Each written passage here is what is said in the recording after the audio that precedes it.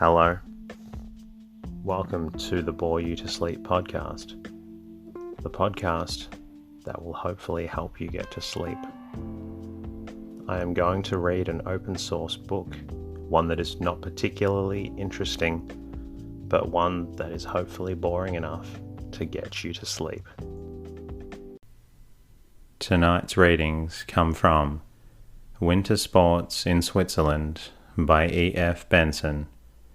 It was published in 1913. It looks at the journey from England to the Swiss Alps in a time that did not have the ease of access that we have now. It looks at the thoughts of a traveller that makes the long journey to see the snow in a country that is very foreign to them. My name is Teddy, and I aim to help people everywhere get a good night's rest. I bring this podcast to you to help you get a good night's rest. It is designed to play in the background as you slowly fall asleep. If you enjoy falling asleep to this podcast and would be so kind, please take a quick moment to leave a review and rating in iTunes or your podcast player of choice. It really does help me reach more people who need a good night's rest. You're always welcome to say hello or support the podcast at boreyoutosleep.com. In the meantime, lie back, relax, and enjoy the readings. Winter Sports in Switzerland, Chapter 1. There is an amazingly silly proverb which quite mistakenly tells us that seeing is believing. The most ordinary conjurer at a village entertainment will prove the falsity of this saying. For who has not seen one of these plausible mountebanks put a watch into a top hat, and after clearly smashing it into 1,000 pieces with a pestle, stir up the disintegrated fragments with a spoon and produce an omelette? Or who is so unacquainted with the affairs of the village schoolroom at Christmas as not to have seen a solid billiard ball or a lively canary squeezed out of the side of a friend's head? Such phenomena are by no means rare and occur periodically all over England. The observer's eyes have told him that he has seen such things, and the verb to see is merely a compendious expression to indicate that on the evidence of your eyes, such or such a phenomenon has actually occurred. But no one believes that the disintegrated watch has become an omelette, though ocular evidence, seeing, insists that it has. It was a conjuring trick, and this leads me to the consideration of the phenomena on which this whole book is based. For high alpine resorts in winter are a conjuring trick of a glorious and luminous kind. Our common sense, based on experience, tells us that ice is cold but is melted by heat, and that snow is wet, and that unless you put on a great coat when the thermometer registers frost, you will feel chilly, and that if you frequently fall down in the snow, you will be wet through, and if you do not change your clothes, when you return home, you will catch a cold. All these things are quite obvious, and he who does not grant them as premises to whatever conclusion we may happen to base on them is clearly not to be argued with, but soothed and comforted like a child or taken care of like a lunatic. But high alpine winter resorts give, apparently ocular disproof of all these obvious statements, and those who go out to these delectable altitudes in favourable seasons see, every day and all day, the exact opposite of these primitively simple prepositions regularly and continually taking place. They sit in the sun when they are tired of skating and see that though a torrid luminary beats down on the frozen surface, burning and browning the faces of their friends, the ice remains perfectly dry and unmelted. They trudge through the snow and find that they are not wet. They see the thermometer marking anything up or down to 30 degrees of frost, and go out coatless and very likely hatless, and are conscious only of an agreeable and bracing warmth. They go skiing and all day are smothered in snow, and yet return dry and warm and comfortable to their hotels, and do not catch any cold whatever. Shakespeare once made an allusion of some kind.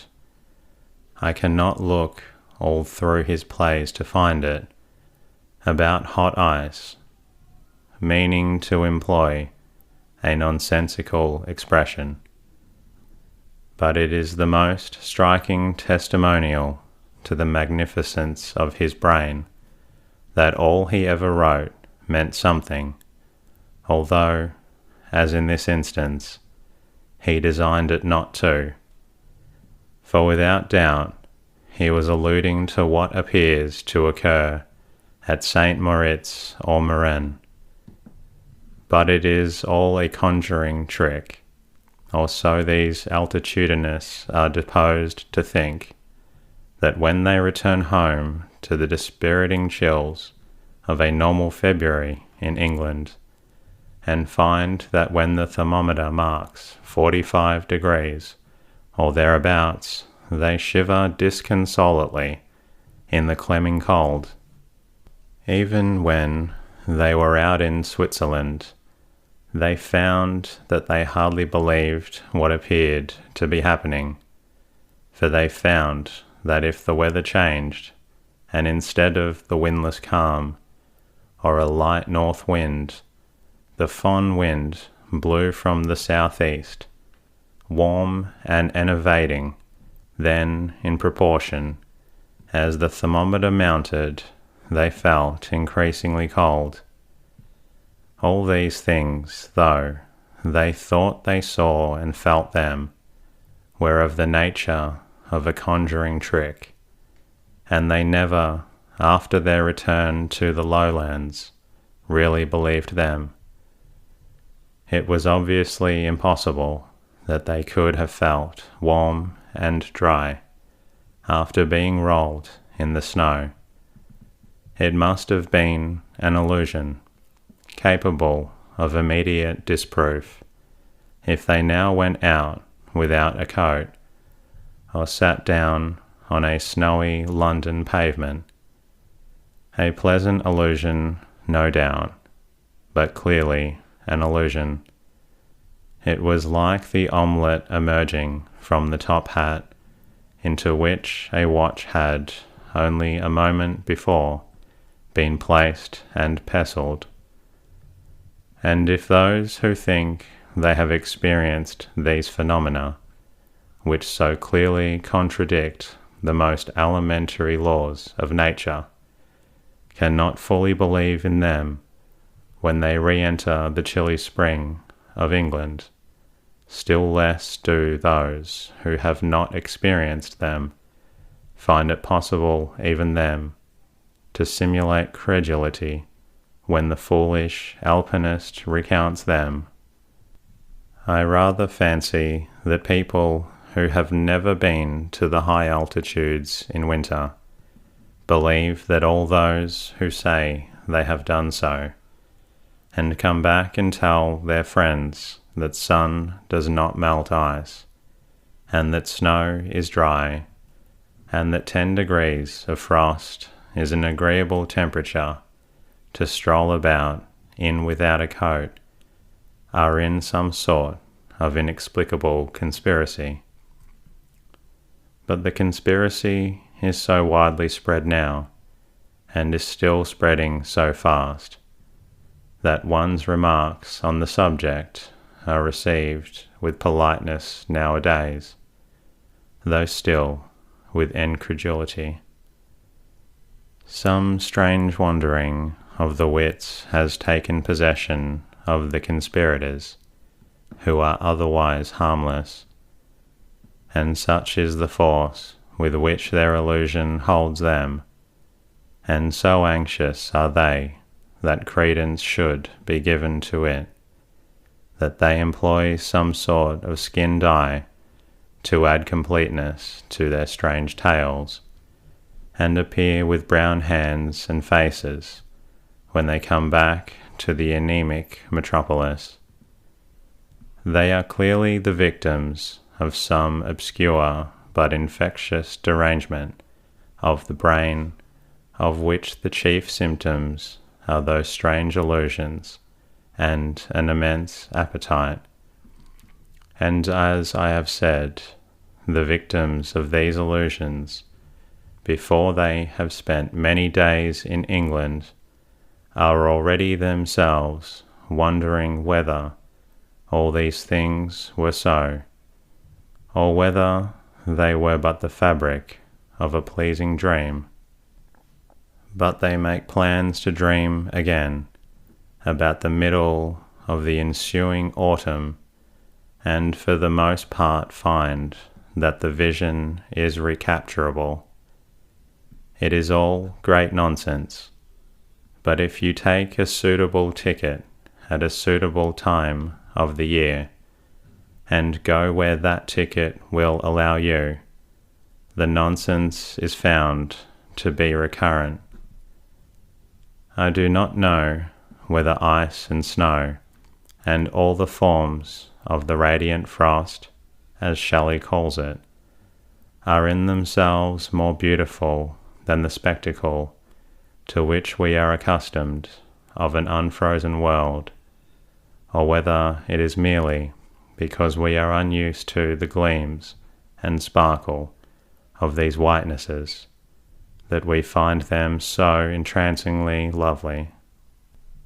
It would be interesting, for instance, to ascertain whether an Esquimau or other dweller in the Arctic's accustomed to ice would go into the ecstasies of admiration at the sight, shall we say, of Hyde Park Corner on a moist, warm day of September, when the roadway is swimming in a thick brown soup of mud, and gusts of tepid rain stream on the wind-swept lampposts, thus supporting the idea that it is to the novelty of the spectacle that the arousing of our appreciation is due. Certainly, it would be hard to say that anything in the world is more beautiful than a beech tree in spring, or a crimson rambler in full flower, or glimpses of the Mediterranean in a frame of grey, green olive trees, and I am inclined to believe that it is partly the contrast which a sunny morning in winter among the high Alps presents to all that a Londoner has known or dreamed of hitherto, that partly accounts for the ineffable impressions it never fails in producing on him. And to that we must add the exhilarating and invigorating effect of the still, dry air, and the sun that all day pours pectoris over the gleaming fields. In such an air, and in such a flood of light, all our senses and perceptions are quickened, the vitality of our organs is increased, and with the wonderful feeling of bien-être which the conditions give, our appreciation is kindled too. I always feel that it must have been on a frosty morning that David said, "I opened my mouth and drew in my breath," and perhaps on that day the cedars of Lebanon were covered with the crystals of hoarfrost, and below the snowy uplands the dim blue of the sea slept ensiphirand at the bases of the shining cliffs. I lick the chops of memory and go back in thought to the middle of December, when, having previously determined not to go abroad until January, I hurriedly fly the country, like a criminal seeking to escape from the justice that is hot on the heels of a murderer. In such wise do I fly from my conscience. Conscience, I may remark, is one of the things that everybody leaves behind when he goes to the high Alps. Apparently it and other poisonous organisms, such as the bacillus of tuberculosis, cannot exist in those altitudes, while below my breath I again register the frequently broken vow that I will be at home again by the middle of January at the latest.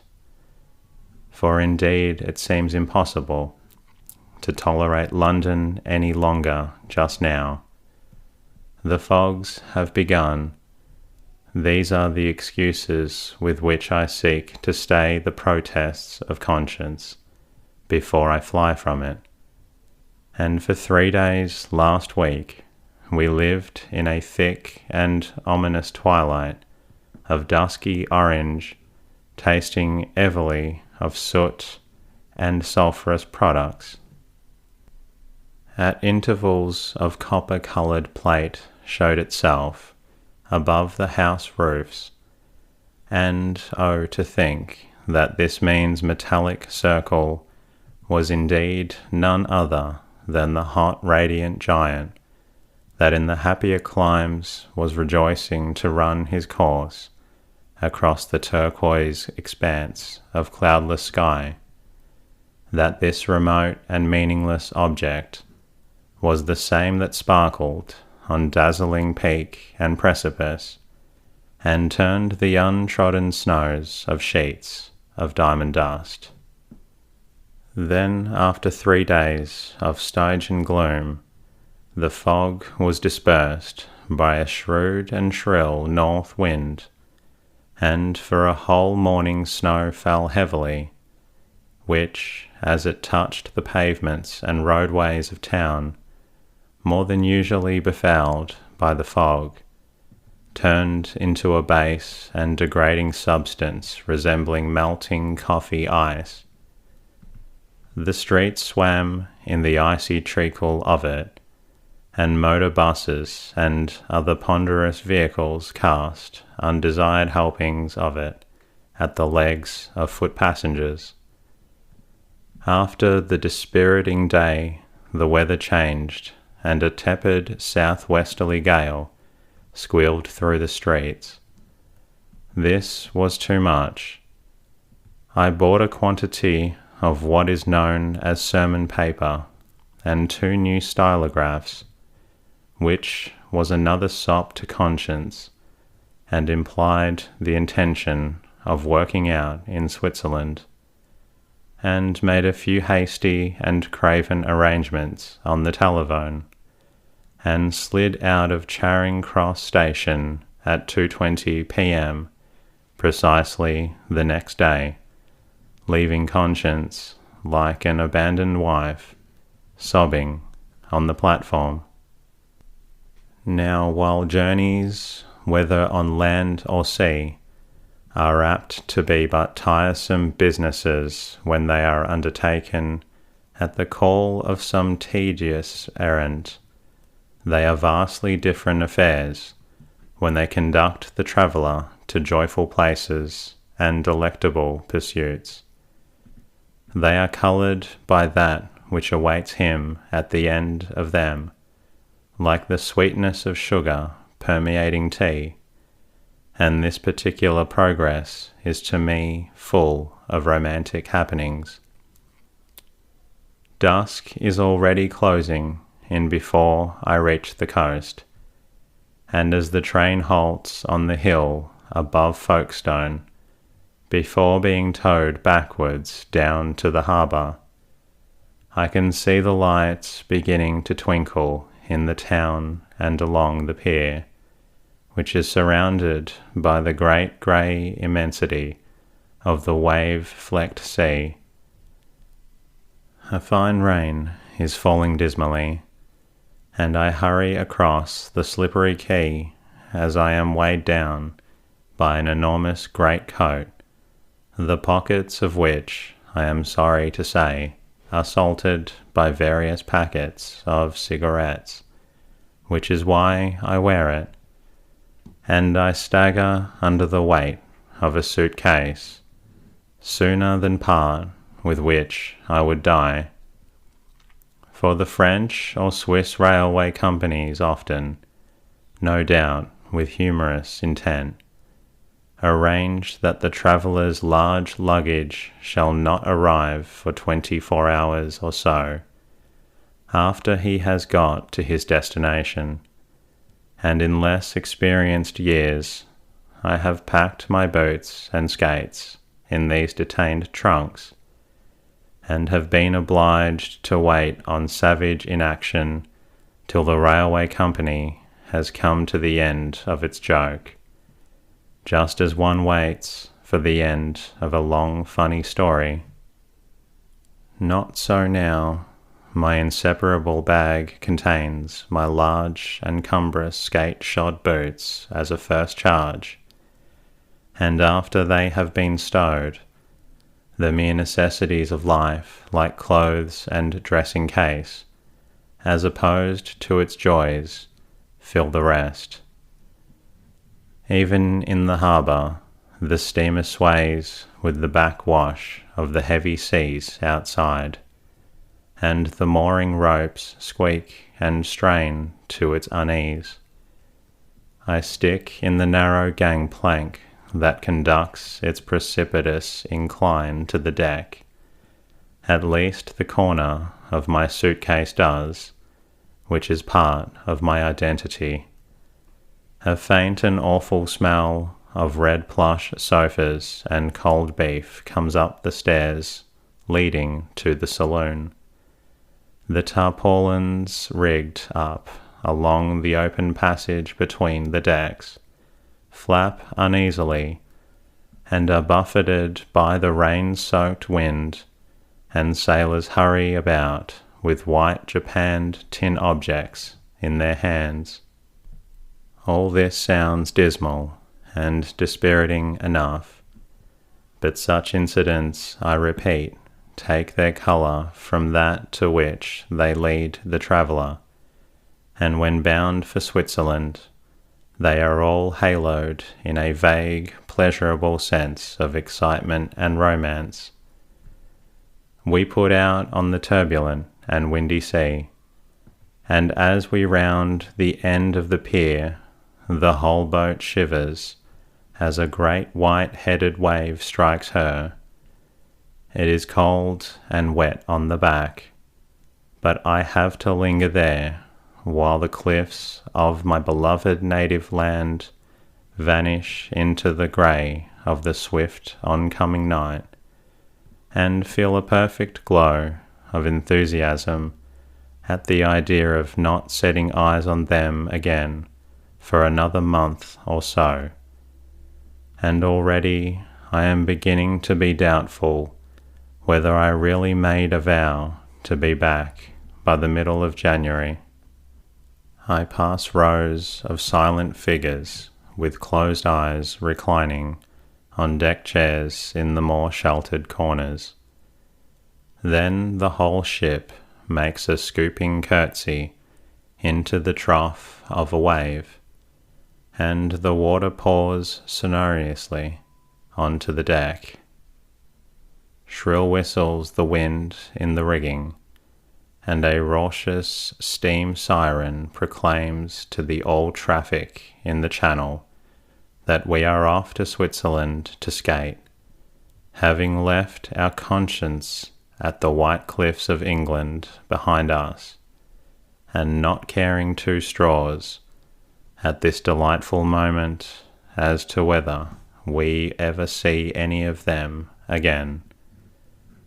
I love the landing on the friendly shores of France, the waiting while the ship is reluctantly coaxed sidling up to the pier, the hustle to get through the custom house and enter the warm, well-lit train. The foreign tongue is delightful to hear, so too the eye, the blue-bloused porters, and the unplatformed station where the huge carriages tower high above one, emitting mysterious jets of steam. All is strange and new and delightful.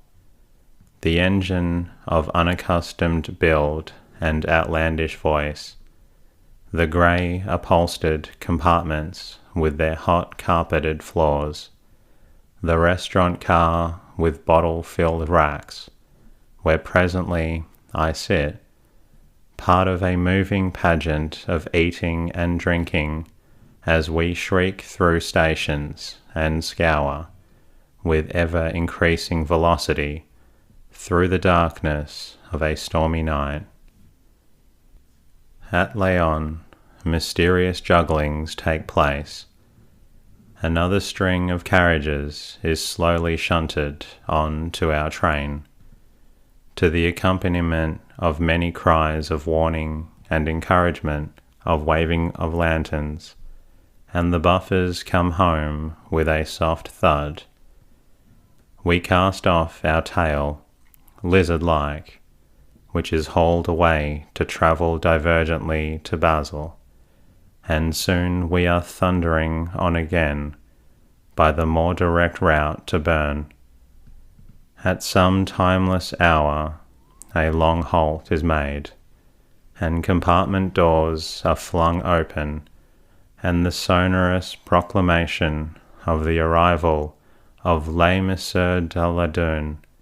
Enter les messieurs, and at their sesame bags fly open, and with strange staves they explore the hidden recesses under their seats, in their nightly search for laces and spirits and cigarettes, and all the contraband of peace.